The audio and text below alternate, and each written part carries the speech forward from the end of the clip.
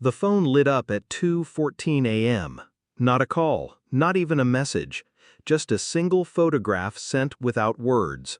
A car door, half open, his hand on the frame, and the corner of her dress, red, silk, unmistakable, slipping into the passenger seat.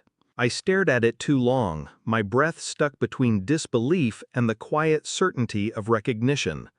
Whoever sent it knew what they were doing. I didn't reply. I didn't wake him, though he was only 2 rooms away, sleeping the way only the guilty can, heavy, careless, triumphant. I turned the screen face down on the table. The silence of the house pressed down like a weight. Something had shifted. Not violently, not with screaming or chaos. Quiet, precise, the kind of moment you don't return from. At breakfast, he smiled. His lips performed warmth, but his eyes slid past me. The red dress returned in fragments. A memory of perfume not mine. A flash of fabric behind my eyelids. Why that hour? Why no caption? Why wasn't I surprised? Infidelity isn't a single wound. It's erosion, the slow collapse of a structure you thought permanent. I studied him. Every word rehearsed, every touch of his phone too deliberate, every silence too long. Denial whispered, fragile and useless, but underneath, clarity began to surface. I didn't accuse, I didn't scream. Instead, I collected. Phone records, names without contacts, calls at hours that bent reason. A strand of hair from the drain, too long, too dark. I mailed it away for analysis with steady hands. I noted his exits, his returns, his inconsistencies. Each lie a neat entry in my growing ledger. Inside, I burned. My heart pounded like it wanted out. But my face, my voice, my posture, neutral. Every betrayal is a strategy. Mine was to let him think I was blind. He kissed me goodnight. I closed my eyes and thought of the photograph. The envelope arrived Monday, thin, ordinary, fatal. I didn't open it immediately. I brewed coffee, hands steady, then slit the seal. Cold percentages, sterile words. Her presence confirmed beyond denial. That evening I left the paper on the table, nothing else. He entered, routine face. Then he saw it. Red. His smile faltered. He looked at me as though I had struck him, though I hadn't moved.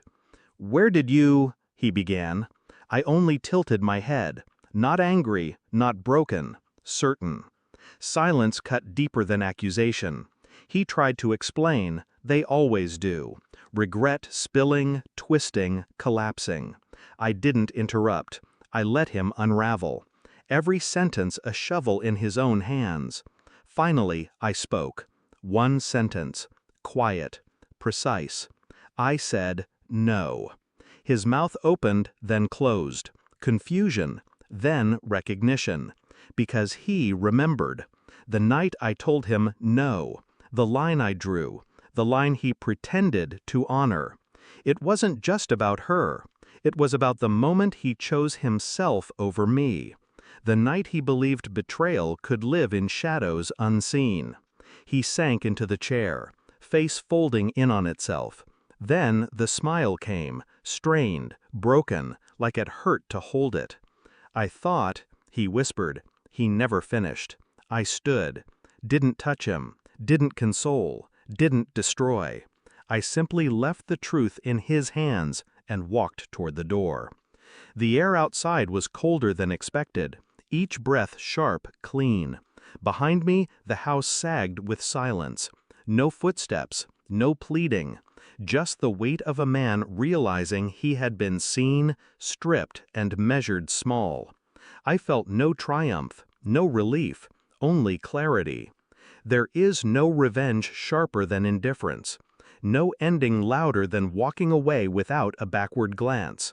He would live with the silence I left, with the knowledge that I had given him everything, patience, trust, love, and he traded it for something fragile, something I could crush with a single envelope.